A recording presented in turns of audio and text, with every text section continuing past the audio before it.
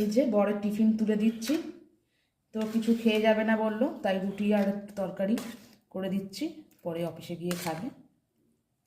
এই টিফিনটা তুলে দিচ্ছি, এবার রুটি দেবো।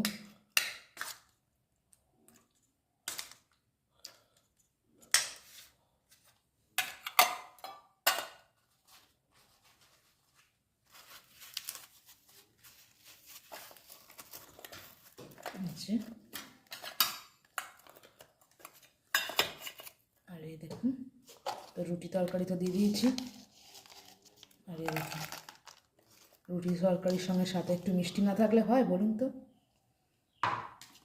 তো মিষ্টিও দিয়ে দিলাম। তো এবার দেওয়ার পালা।